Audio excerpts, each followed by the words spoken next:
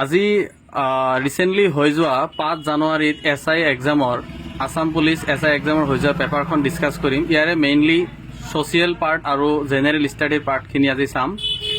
ইয়াৰে প্ৰথম কুৱেশ্যনটোৰ সৈতে ষ্টাৰ্ট কৰিম। প্ৰথম কুৱেশ্যনটো দিছে ইয়াত বৰ্মন বংশৰ কোনে স্থাপন কৰিছিল। চ' হু এষ্টাব্লিছড দ্য বৰ্মন ডাইনেষ্টি। চ' ইয়াতে প্ৰথম অপশ্যনটো দিছে ভাস্কৰ বৰ্মন। আমি জানো ভাস্কৰ বৰ্মন হৈছে last ruler of Barman dynasty. এখেতে 594 এডিত 594 এডিত এখেতৰ কি হৈছিল, ৰজা হৈছিল। আৰু এখেতৰ 594 এডি টাইমৰ পৰা এটা নতুন বস্তু হৈছিল, এইটো হৈছে ভাস্কৰাব্দ। সেইকাৰণে ইয়াৰ শুদ্ধ এনচাৰটো ই হ'ব নোৱাৰে। ছেকেণ্ড অপশ্যনটো দিছে পুষ্য বৰ্মন। হয়, this is the right answer. So' Pushya বৰ্মনে কি কৰিছিল, 350 এডিত 350 এডিত এখেতে ভাস্কৰ বৰ্মন ডাইনেষ্টিৰ এষ্টাব্লিছ কৰিছিল। এইকাৰণে ইয়াৰ শুদ্ধ এনচাৰটো হ'ব পুষ্য বৰ্মন। সমুদ্ৰ বৰ্মন আছিল second ruler, he successor of Pushya Varman. So' এতিয়া নেক্সট কুৱেশ্যনটোত গৈছোঁ। নেক্সট কুৱেশ্যনটোত কৈছে who among the following was the first governor general of India. So' governor general of India বুলি কৈছে। ইয়াৰ শুদ্ধ এনচাৰটো হৈছে লৰ্ড উইলিয়াম বেণ্টিক।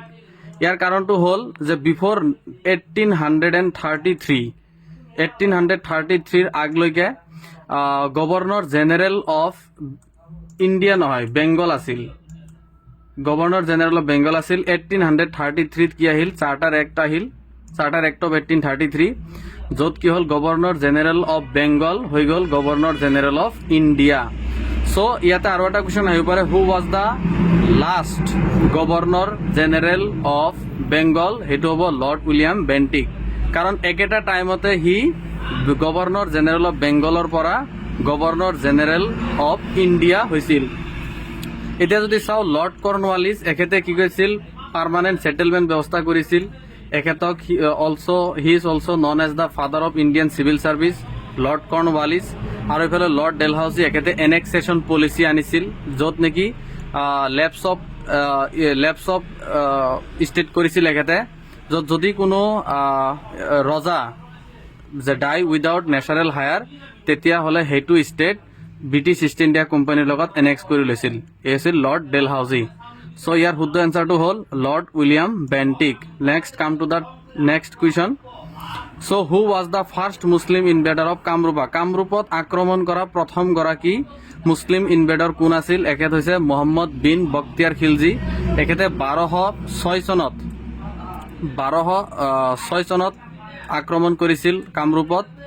আৰু ইয়াতে যদি চাওঁ মহম্মদ গৰি, এখেত এজন শ্লেভ আছিল। এখেতে শ্লেভ অফ মহম্মদ মেহমুদ গজনবী। আৰু মিৰ জুমলা 1662ত under in the time of চুহুংমুং, এখেতৰ টাইমত মিৰ জুমলাই অসম আক্ৰমণ কৰিছিল। চ' ইয়াৰ শুদ্ধ এনচাৰটো হ'ব Muhammad Bakhtiyar Khilji. So' next question number 4। So' next কুৱেশ্যনলৈ আহিছোঁ। নেক্সট কুৱেশ্যন হ'ল যে the word swaraj was first used by Dadabhai Naoroji in the Congress session held in. So' swaraj শব্দটো প্ৰথমবাৰ কংগ্ৰেছ ছেশ্যনৰ কোনটো ছেশ্যনত ইউজ কৰিছিল? স্বৰাজ শব্দটোৰ অৰ্থ হৈছে ৰুল বাই চেল্ফ, মানে নিজে শাসন কৰা। এইটো 1904 বম্বে নহয়।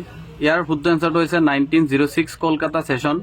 কলকাতা ছেশ্যনত ইয়াতে গুৰুত্বপূৰ্ণ ছেশ্যন আছিল, য'ত স্বৰাজ শব্দটো পোনপ্ৰথমভাৱে ইউজ কৰিছিল। যদি ইয়াত চাওঁ 1907 চুৰাট ছেশ্যন। চুৰাট ছেশ্যনটো বহুত ইম্পৰ্টেণ্ট হয়। ইয়াত চুৰাট স্প্লিট হৈছিল, মানে কংগ্ৰেছৰ মাজত দুটা ভাগ বিভাজন হৈ গৈছিল। তাৰে এটা হৈছিল চৰমপন্থী আৰু নৰমপন্থীৰ মাজত যিটো আইডিঅ'লজিকেল ডিফাৰেঞ্চ আছিল, সেই আইডিঅ'লজিকেল ডিফাৰেঞ্চখিনিৰ কাৰণেই চুৰাট স্প্লিট হ'ল। যদি কুৱেশ্যনত সোধে যে চুৰাট স্প্লিট কেতিয়া হৈছিল, 1907। আৰু 3 নম্বৰটো ইয়াতে আৰু এটা অপশ্যন দিয়া আছে, Lucknow session. Lucknow session is one of the important session of INC। In this session specially কি হৈছিল, হিন্দু মুছলিম ইউনিটি হৈছিল এইটো ছেশ্যনত। আৰু এইটো ছেশ্যন এটা ছিগনিফিকেণ্ট বস্তু এইটো হ'ল যে এনি বেচান্তে এজন মানুহক হিন্দু মুছলিম ইউনিটিৰ এম্বাছেডৰ বুলি কৈছিল। আৰু সেইজন মানুহ কোন আছিল, মই কৈ দি আছোঁ, Mohammad Ali Jinnah. So' Mohammad Ali Jinnah was called as ambassador of Hindu Muslim unity by Annie Besant. So' এতিয়া ইয়াৰ শুদ্ধ এনচাৰটো হ'ল B option is correct answer. So let's next come to the fifth number question. Who was the father of King Harshvardhan? Harshvardhanor ৰজা father কোন আছিল? এইটো হৈছে প্ৰভাকৰ বৰ্ধন। ইয়াতে বহুত বেছি এক্সপ্লেইন কৰিব লগা নাই, তাৰে এটা বস্তু মই কৈ দিওঁ, Mahendra Barman. He was the first ruler who used the Ashwamedha yagya. চ' অশ্বমেধ যজ্ঞ কৰা প্ৰথমজন ৰজা আছিল মহেন্দ্ৰ বৰ্মন। ইয়াৰ শুদ্ধ এনচাৰটো হ'ল প্ৰভাকৰ বৰ্ধন। চ' নেক্সট কুৱেশ্যনত আহিছোঁ।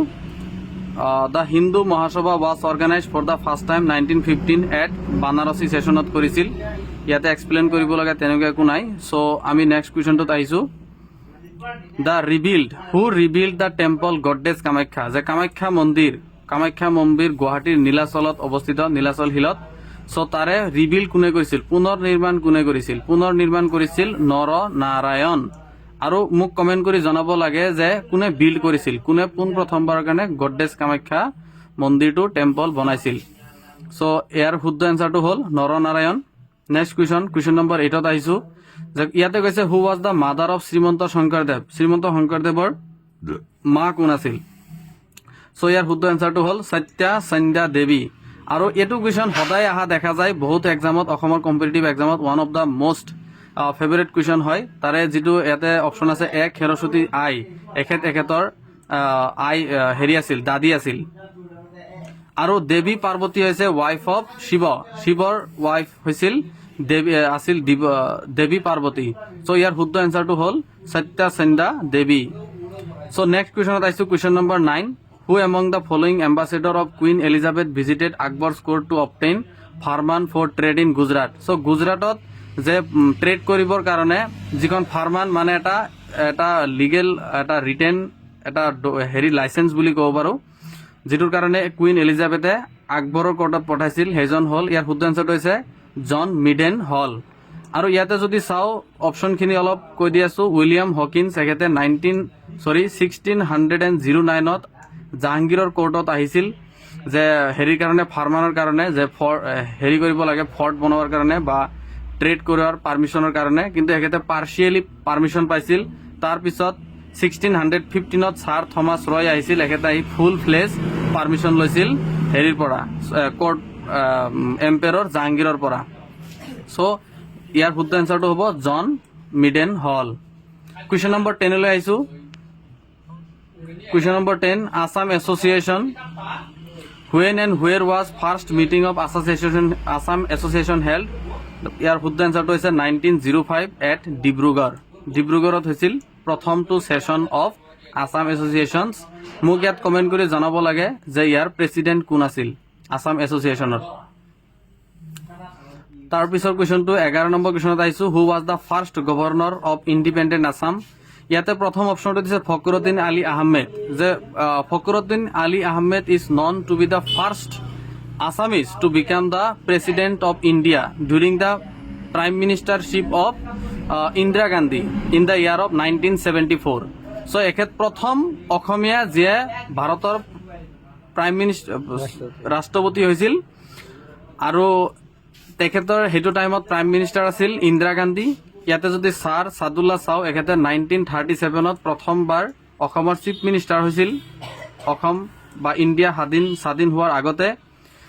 তাৰপিছত যদি চাওঁ sir Akbar Hydari, this is the right answer. এখেত আছিল first governor of independent Assam. So' ইয়াৰ শুদ্ধ এনচাৰটো হৈছে চি, ছাৰ আকবৰ হাইদ্ৰি। তাৰপিছত কুৱেশ্যনটোত আহিছোঁ, কুৱেশ্যন নম্বৰ 12। ইয়াতে হৈছে name the first man to oppose British administration in Assam. ইয়াতে প্ৰথম ইয়াৰ এনচাৰ, শুদ্ধ এনচাৰটো হ'ব মণিৰাম দিৱান, সুন্দৰগঞ্জ।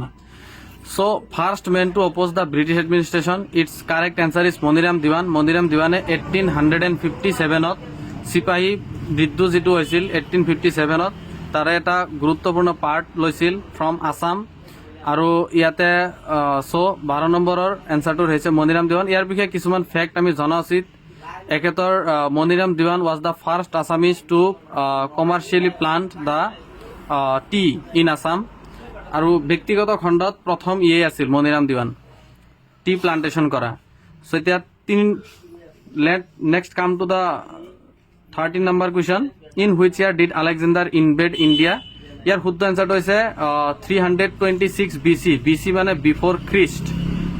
চ' এইটো আছিল এগেইনষ্ট দ্য কিং পৰাছৰ এগেইনষ্টে ইনভেড কৰিছিল ইণ্ডিয়া 326 BC। শুদ্ধ এনচাৰটো হ'ল এ।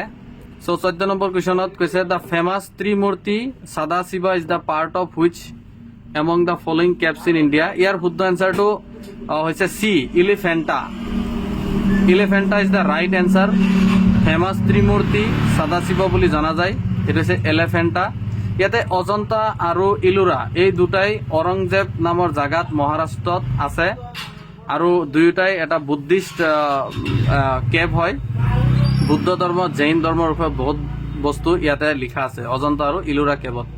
চ' ইয়াৰ শুদ্ধ এনচাৰটো হ'ল Elephanta. Next come to the 15 number question, who was the first editor of Orunodoi.